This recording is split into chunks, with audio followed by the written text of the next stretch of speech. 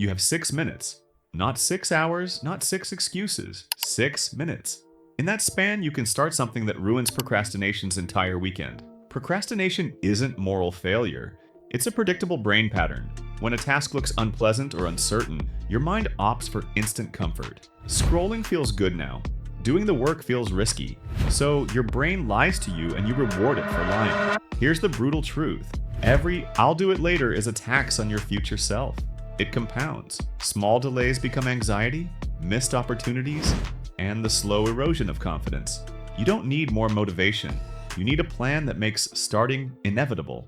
Right now, push your feet flat, sit up, and breathe 3 times.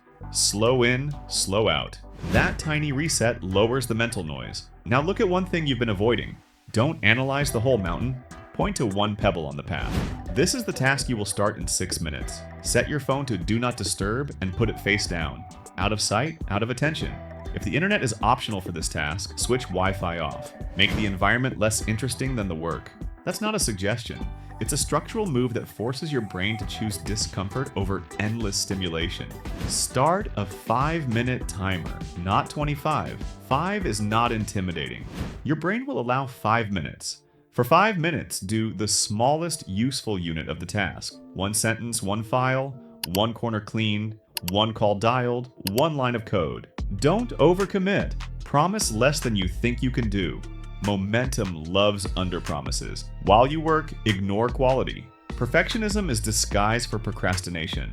The first draft is supposed to be messy. The point is progress. If you're writing, put words down that you'll edit later. If you're preparing, create the skeleton that makes finishing friction. Action unlocks clarity. If the 5 minutes finishes and you want to stop, evaluate honestly. Did momentum build? If yes, keep going for another single 5-minute block. If no, celebrate the small win. You did something your future self would have thanked you for. Then schedule the next 5 minutes within the next hour. You are rewiring habit with repetition, not willpower.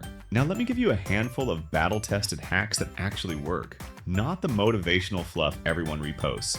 Break it down into micro actions. Name the exact first physical step. Open folder, type the title, fill out the first field. If you can't name it in one sentence, it's still too big. Use a threshold rule. Commit to staying in the workspace for at least 10 minutes once you're there. Often the fear exists before effort. Once you cross the threshold, the task seems less monstrous. Create a tiny reward tied to the action. Not a full Netflix binge. Small, immediate, and proportional. A coffee, a 5-minute walk, a slice of praise. Reward systems train the brain to repeat useful behavior. Employ a commitment device. Make it slightly painful to bail. Put $5 in a jar you'll throw away if you don't work, or tell one person you'll send proof of completion. Social friction is a surprisingly effective engine. You shift your identity, not just your schedule. Don't say, "I'll try to stop procrastinating." Say, "I'm the type of person who finishes." Beliefs precede behavior. Small wins reinforce identity faster than pep talks. Limit decision points. For a work block, decide in advance what time, where, and for exactly how many minutes. Eliminate choices. Your future self will thank you for the reduced cognitive load.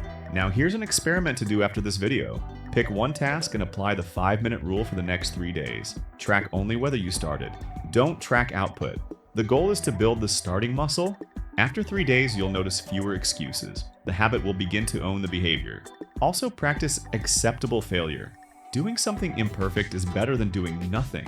Embrace the mediocre first draft. Then schedule a short follow-up to refine it. Any project can be improved. No project can be improved if it's never started. You'll face setbacks. That's guaranteed. The measure of progress isn't a straight line. It's a series of recoveries. When you slip, treat it like data, not identity. Ask, what tripped me up? Remove that friction next time. Final drill. Get up, set a 5-minute timer. Pick the smallest next action on that task and execute it. No more thinking. Stop rationalizing. The work wins when you act. 6 minutes is not magic. It's the point where hesitation meets momentum.